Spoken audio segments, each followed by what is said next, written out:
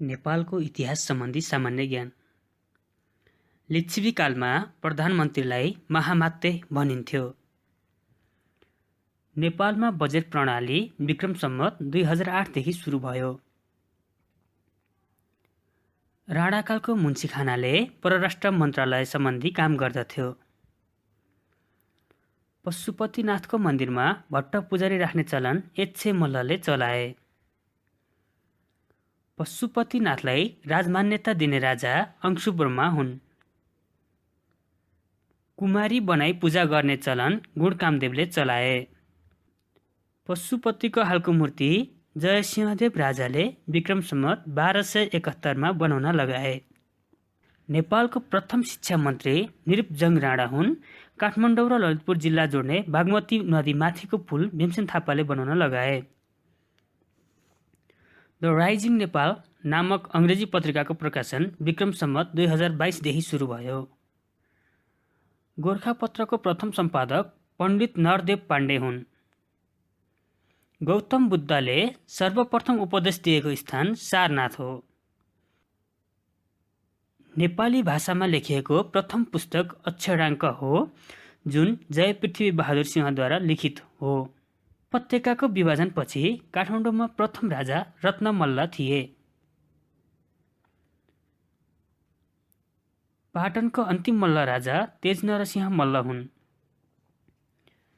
उपत्यकाको विभाजनपछि भक्तपुरका प्रथम राजा राय मल्ल हुन्।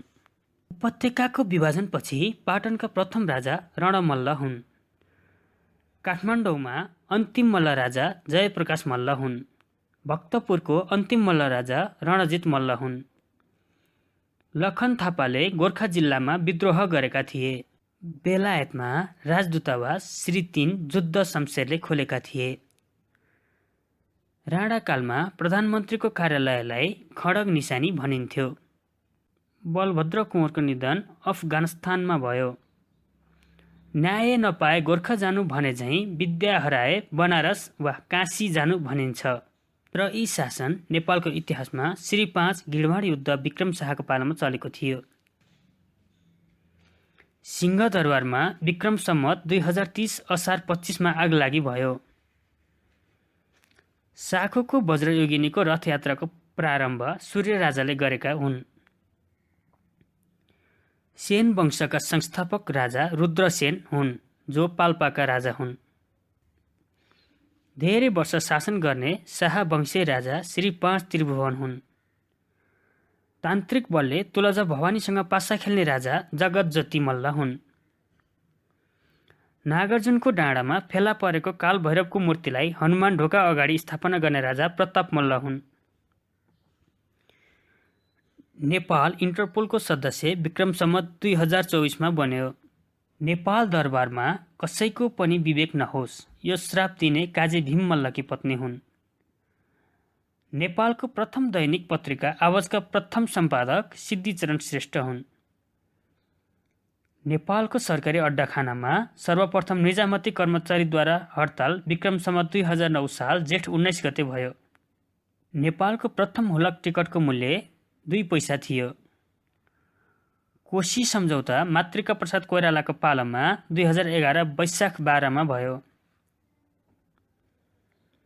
खस राज्यको स्थापना नागराजाले गरे। धेरै वर्ष शासन गर्ने प्रधानमन्त्री भीमसेन थापा हुन्। पृथ्वीनारायण शाहको मावली पाल्पामा थियो। नेपालको दोस्रो गौतम बुद्ध भनेर जय पृथ्वी बहादुर सिंहलाई चिनिन्छ। नेपालको अड्डाखानामा सर्वप्रथम श्रेष्ठता प्रणालीको ढाँचा प्रयोगमा ल्याउने सरदार गुणवत हुन्। जुम्ला राज्यका प्रथम राजा ओली हुन् भने अन्तिम राजा सूर्यमान शाह हुन्। काजी कालु पाण्डे कीर्तिपुरको लडाईँमा मारिए। हनुमान ढोकाभित्र नासाल चोक छ भने तुसाहिटी चोक पाटन दरबारमा पर्दछ। धर्म कचहरीको स्थापना जङ्गबहादुर राणाले गरेका हुन्। बुढा नीलकण्ठको स्थापना गर्ने राजा विष्णु मल्ल हुन्। म राष्ट्रको नोकर हुँ, यो भनाई पद्म शमशेरको हो। भक्तपुर दरबारलाई पर्खाल लगाई घेर्ने राजा एच्छे मल्ल हुन्। लिच्छवी कालमा जागिर तथा तलब दिने सरकारी कार्यालयलाई वृत्ति अधिकरण भनिन्थ्यो। नेपालमा औद्योगिक नीति सन् 1958 देखि सुरु भयो। पृथ्वीनारायण शाहको पहिलो बिहे मकवानपुर जिल्लामा भएको थियो। नेपालमा प्रथम जनगणना विक्रम सम्वत 1968 सालमा भएको थियो। नेपालको सबैभन्दा पुरानो गैर सरकारी संस्था कामधेनु चरखा हो। सुगौली सन्धिमा नेपालको तर्फबाट हस्ताक्षर गर्ने व्यक्ति गजराज मिश्र र चन्द्रशेखर उपाध्याय हुन्। कुचबिहारबाट डोला झिकाई बिहे गर्ने राजा प्रताप मल्ल हुन्। कार्यक्रम बजेट विक्रम सम्वत 2026 सालदेखि लागू भयो। सुगौली सन्धि हुँदा नेपालको राजा श्री 5 गिरवाड युद्ध विक्रम शाह थिए। काठमाडौँ स्थित सुन्धाराको निर्माण विक्रम सम्वत 1885 सालमा भएको थियो। पर्यटन मन्त्रालयको स्थापना विक्रम सम्वत 2033 सालमा भयो। विकास र साधारण बजेट भनी आर्थिक वर्ष 2013-2014 देखि छुट्याइयो।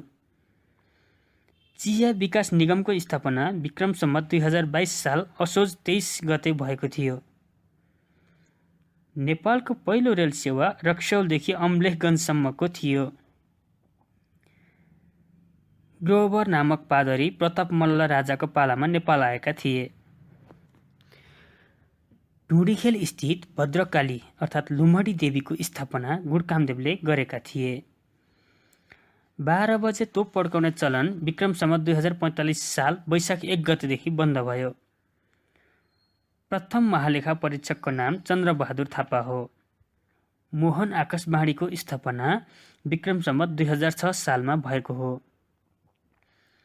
नेपालको इतिहासमा प्रथम महिला शासक नायक देवीलाई मानिन्छ। लिच्छवी कालमा कर वा राजस्व उठाउने काम कुथेर अधिकरण अड्डाले गर्दथ्यो। वास्तुकलाको विकास मल्लकालमा भयो। भीमसेन स्तम्भ अर्थात् धरहराको निर्माण श्री 5 राजेन्द्रको पालामा भएको थियो। बौद्ध धर्म अनुसार सर्वदेवालय भन्नाले चैत्यलाई बुझिन्छ। स्वर्ण मुद्रा लिच्छवी कालमा प्रचलित थियो। नेपालको राजधानी श्री 5 गिरवाड युद्ध विक्रम शाहको पालामा नुवाकोटमा सारिएको थियो। श्री 5 त्रिभुवनको पालामा 6 जना प्रधानमन्त्री भएका थिए। शीतल निवासको निर्माण कृष्ण शमशेरले गरेका हुन्। नेपालको पहिलो मुलुकी ऐन विक्रम सम्वत 1910 सालमा भएको थियो। नेपालको राजधानी नुवाकोटमा सार्ने व्यक्ति दामोदर पाण्डे हुन्। चौकोट दरबार ललितपुरमा पर्दछ। सदाशिव चोक भक्तपुरमा पर्दछ। नेपालमा हालसम्म भेटिएको सबैभन्दा पुरानो मूर्ति विरूपाक्षको हो। प्राथमिक शिक्षा निशुल्क गर्ने घोषणा विक्रम सम्वत 2031 सालमा भयो। सर्वोच्च अदालतको स्थापना विक्रम सम्वत 2013 सालमा भयो। वीर अस्पतालको निर्माण वीर शमशेरले गराएका हुन्। युवराज धिराज घोषणा गर्ने चलन अंशु ब्रह्माले चलाए। नेपालमा दास प्रथाको उन्मूलन चन्द्र शमशेरले गरे। अंशु ब्रह्मालाई महासामन्तको उपाधि दिने राजा शिवदेव प्रथम हुन्। अंशु ब्रह्मालाई महासामन्तको उपाधि दिने राजा शिवदेव प्रथम हुन्। सबैले खाएपछि खाने राजा महेन्द्र मल्ल हुन्। नेपालको औद्योगिक विकास निगमको स्थापना विक्रम सम्वत 2016 मा भयो। राजा गुण कामदेवको अर्को नाम लक्ष्मी कामदेव हो। मञ्जुश्रीले नागदह काटेर बनाएको बाटोलाई चक्रतीर्थ भनिन्छ। मुक्तिनाथ नजिकको रानीपौवाको मन्दिर सुवर्णप्रभा राजाले बनाए। नेपालमा कागजी नोटको प्रकाशन सदरमुलुकी खानाबाट सुरु भयो। नेपालमा सर्वप्रथम खोलेको विदेशी बैंक नेपाल अरब बैंक हो। भक्ति थापाको मृत्यु देउथलको युद्धमा भयो। भक्ति थापाको मृत्यु देउथलको युद्धमा भयो। श्री 5 पृथ्वीनारायण शाहको मितको नाम वीरनारायण सिंह मल्ल हो। सर्वप्रथम युरोप पुग्ने राजा श्री 5 त्रिभुवन हुन्। फादर अफ स्कुल पदम शमशेरलाई भनिन्छ। The living line of Nepal भनेर अमरसिंह थापालाई चिनिन्छ। पृथ्वीनारायण शाहले 1801 मा नुवाकोट विजय गरे भने कान्तिपुर सहर विक्रम सम्वत 1825 मा विजय गरे। नेपालमा बम बहादुर राणाको पालादेखि पात्रको प्रचलन भित्रियो। नेपालमा सती प्रथाको अन्त्य विक्रम सम्वत 1977 मा भयो। शमसुद्दीन इलियासले नेपालमा व्यापक आक्रमण विक्रम सम्वत 1406 मा गरे। इन्द्र जात्राको दिन पृथ्वीनारायण शाहले काठमाडौँ कब्जा गरे। जङ्गबहादुरको आमाको नाम रक्षा ठकुरी हो। हनुमान ढोका दरबारको पुरानो नाम नोल्छे दरबार थियो। बाबुराम आचार्यलाई इतिहासको बोल्ने ठेली भनिन्छ। कान्तिपुर सहरको स्थापना गुण कामदेवले गरेका हुन्। पृथ्वीनारायण शाहको मृत्यु विक्रम सम्वत 1831 माघ 1 गते भएको थियो। राजा रत्नमल्लको पालामा नेपालमा मुसलमानहरू भित्रिएका थिए।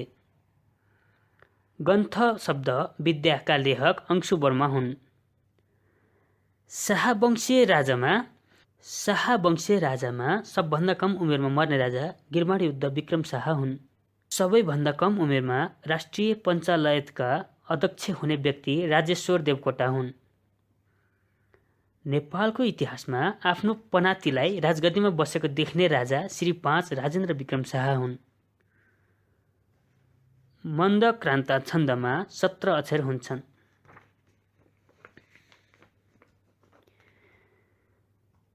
धोबीको हातको पानी चलाउने राजा लक्ष्मीनरसिंह मल्ल हुन्। सुगौली सन्धिमा अङ्ग्रेजको तर्फबाट हस्ताक्षर गर्ने व्यक्ति जनरल मेजर ब्राड शाह हुन्। लिच्छवीकालमा प्रधान सेनापतिलाई महाबलाध्यक्ष भनिन्थ्यो। अंशुवर्मा राजाले हिन्दू र बौद्ध दुवै धर्म मान्दथे। धन्यवाद।